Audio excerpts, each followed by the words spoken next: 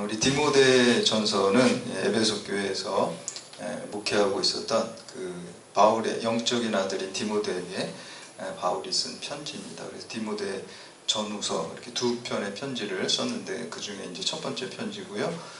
디모데 전서와 후서 그리고 디도서 이 세 개의 편지가 이제 목회 서신이라고 합니다. 그래서 바울 서신이 총 13개가 있는데 그 중에 이제 3개의 목회 서신을 썼고요.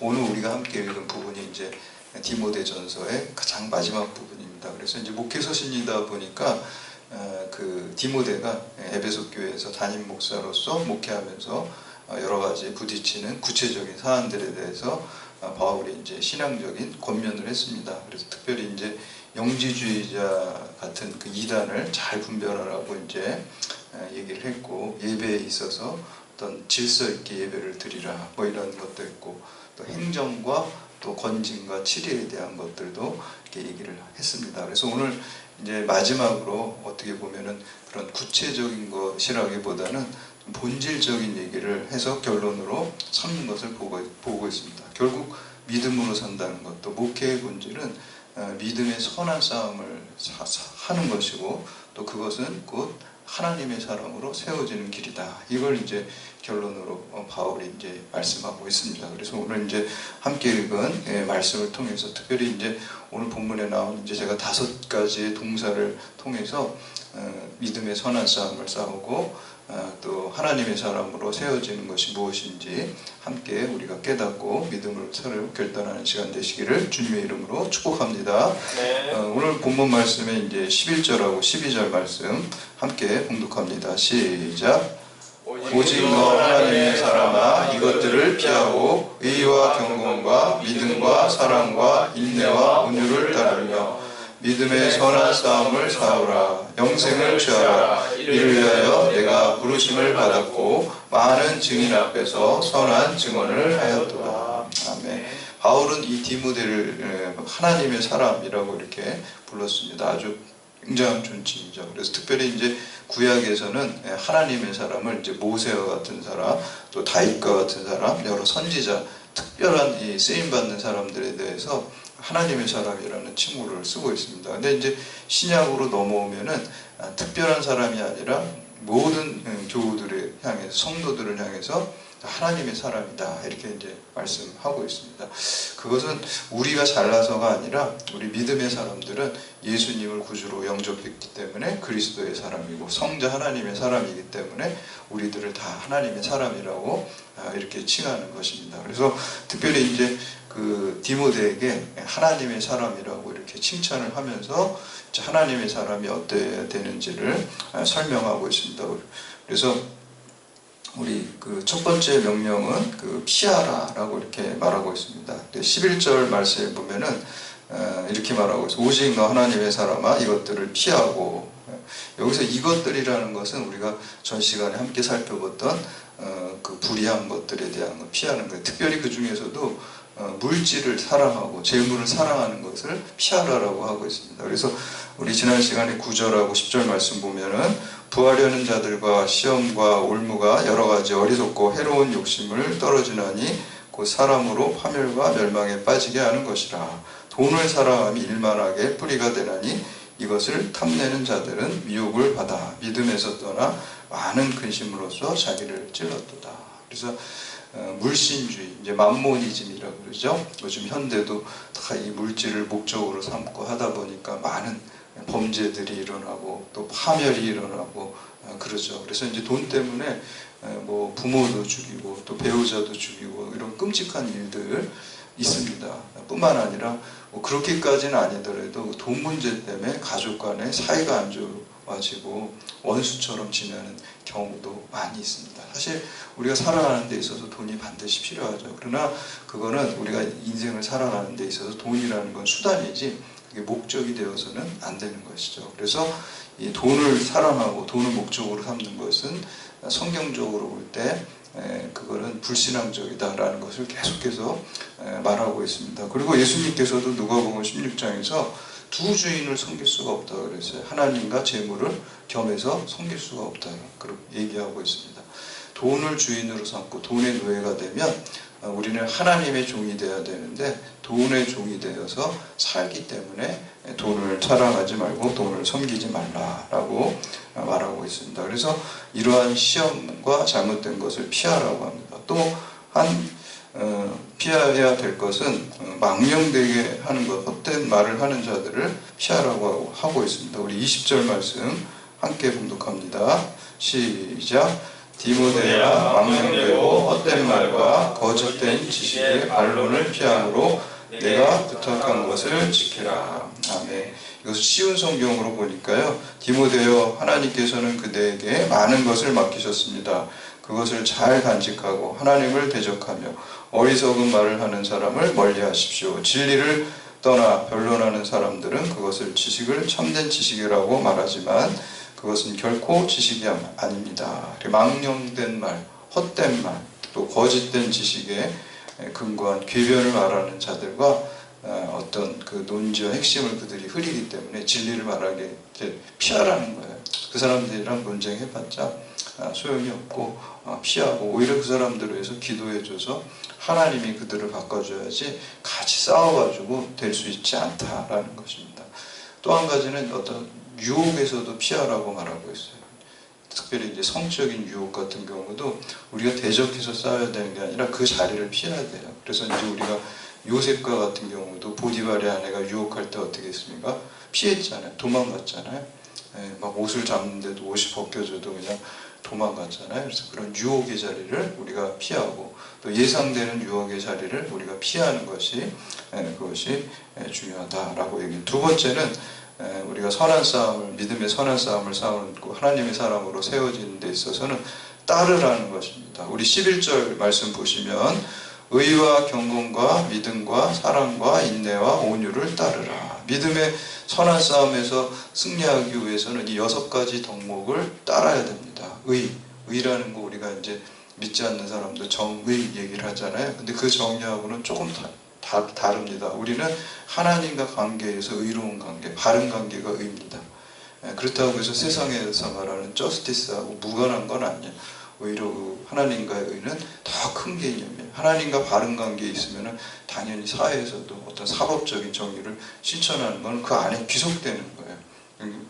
그래서 사회에서 말하는 정의는 어떻게 보면 우리 성경에서 말하는 하나님과 바른 관계, 의로움의 부분 집합과 같은 거예요. 그래서 먼저 가장 중요한 거는 하나님과 바른 관계의 의를 이루라. 그래서 그 의를 이루는 거는 죄인된 우리가 우리 힘으로 이루는 게 아니라 예수 그리스도를 믿음으로 말미암아 하나님의 은혜로 의롭게 된다라는 것입니다. 이신칭이라고 하죠. 그런 의를 얻고 그러한 의와 짝지어진 것이 경건입니다. 그래서 오늘 6가지를 하지만 사실 2개씩 짝이 지어질 수가 있어요. 의와 경건이 한 짝이 되고요, 믿음과 사랑이 짝이 되고요, 인내와 온유가 짝이 됩니다. 그래서 의라는 것이 우리 내면적으로 칭의잖아요. 그게 밖으로 드러난 것이 경건한 생활이에요. 성화의 삶이에요. 예수님을 따라서 하는 삶이에요. 의로운 게 밖으로 드러난 게 경건이에요. 그리고 이제 2번째 짝은요, 믿음과 사랑입니다. 이것도 짝이 됩니다. 왜냐하면 여기서 말하는 사랑이라는 거는 아가페 사랑이거든요. 하나님의 사랑, 십자가의 사랑, 헌신적인 사랑, 희생적인 사랑이에요. 무슨 뭐 남녀 간의 뭐 에로스라든지 가족의 뭐 스토로게라든지 인간에게서 나오는 사랑은 어떤 상황에 따라서 변질되고 또 이익에 따라서 바뀌어지잖아요. 근데 이제 하나님의 사랑, 원수도 사랑하는 사랑, 그리고 우리가 요한일서에 하나님은 사랑이시다라고 했을 때 헬라어 원어에 보면은 아가페다, 하나님은 아가페다, 이렇게 정의를 내리고 있다는 거죠. 그래서 성경에서는 다 사랑하라, 서로 사랑하라, 원수를 사랑하라, 내 이웃을 내 몸과 같이 사랑하라. 그 원어에 보면, 이 원래 신약 성경이 헬라어로 기록되어 있잖아요. 원어에 다 아가페예요. 그래서 우리는 아가페 사랑을 해야 됩니다. 하나님의 사랑을 해야 되는 것입니다. 그래서 우리 안에 하나님이 주신 아가페 사랑이 있고, 그것이 그 믿음과 그 사랑이 이제 드러나는 것이죠. 그래서 나무와 뿌리가 하나로 연결되어 있잖아요.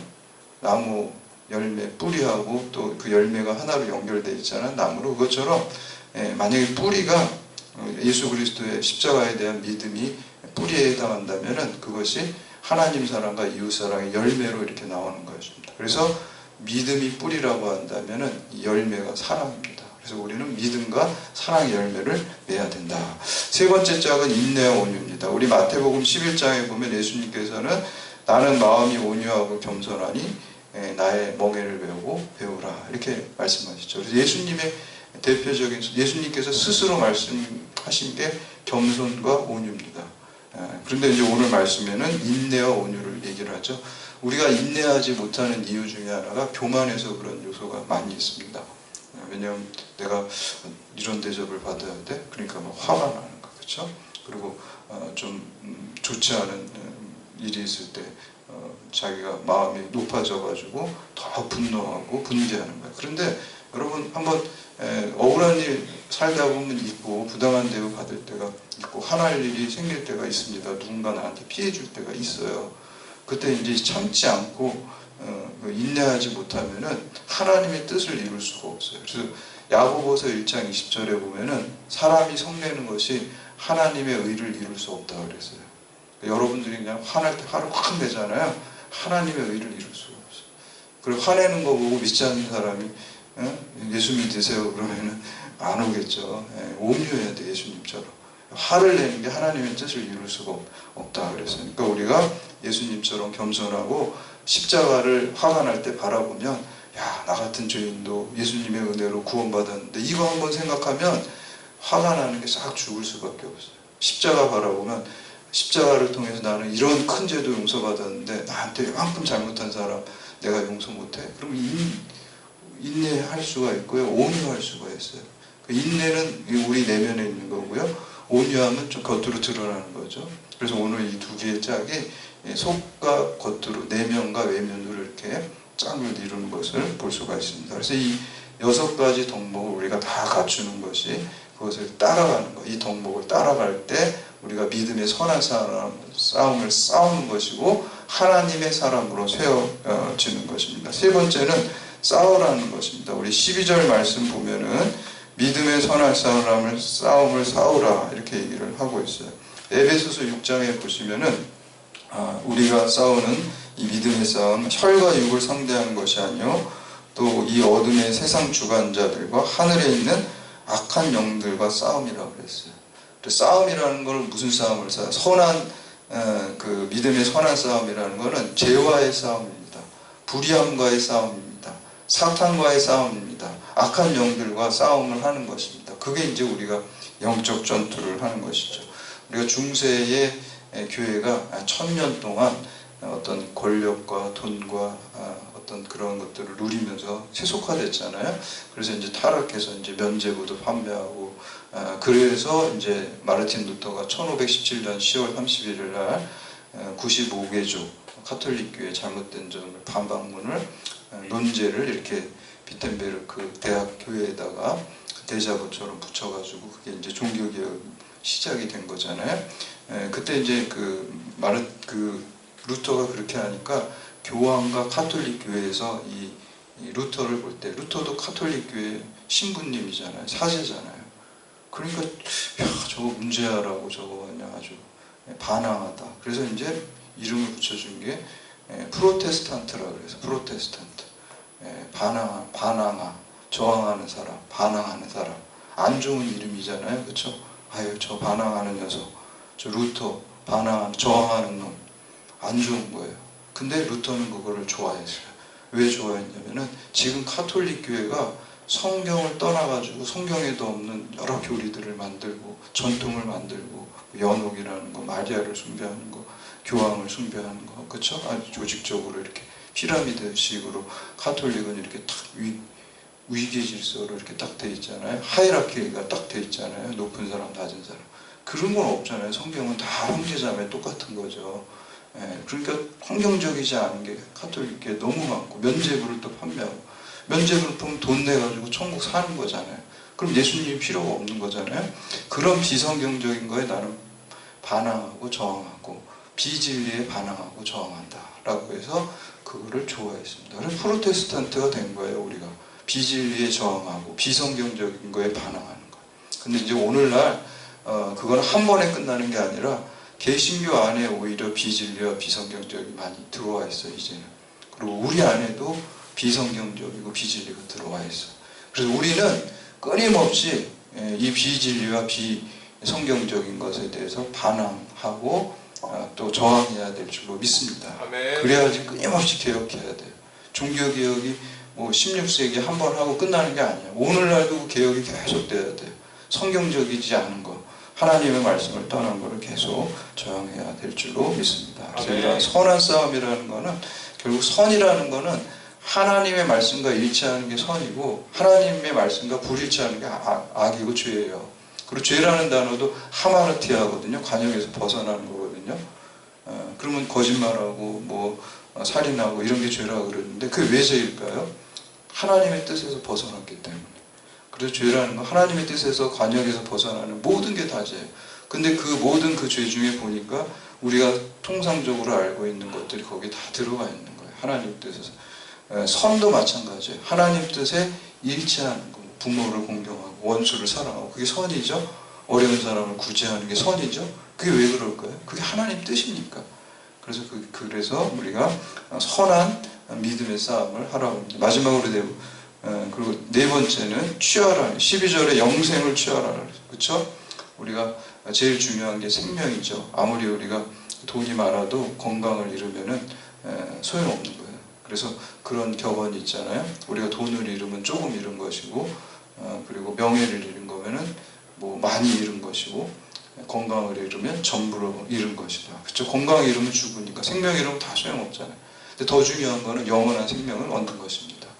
그래서 우리가 인생의 목적은 영생을 얻는 거예요.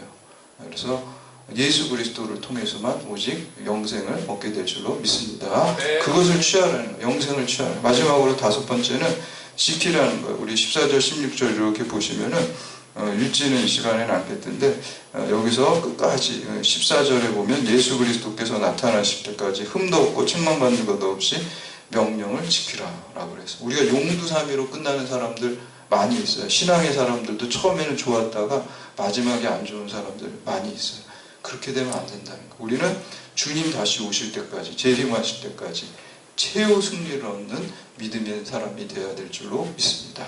그래서 끝까지 믿음을 지키라고 이제 권면하고 있습니다. 이것이 이제 믿음의 선한 싸움을 싸우는 것이고, 그리고 우리가 하나님의 사람으로 세워지는 것입니다. 그래서 우리 힘으로 되는 게 아니에요.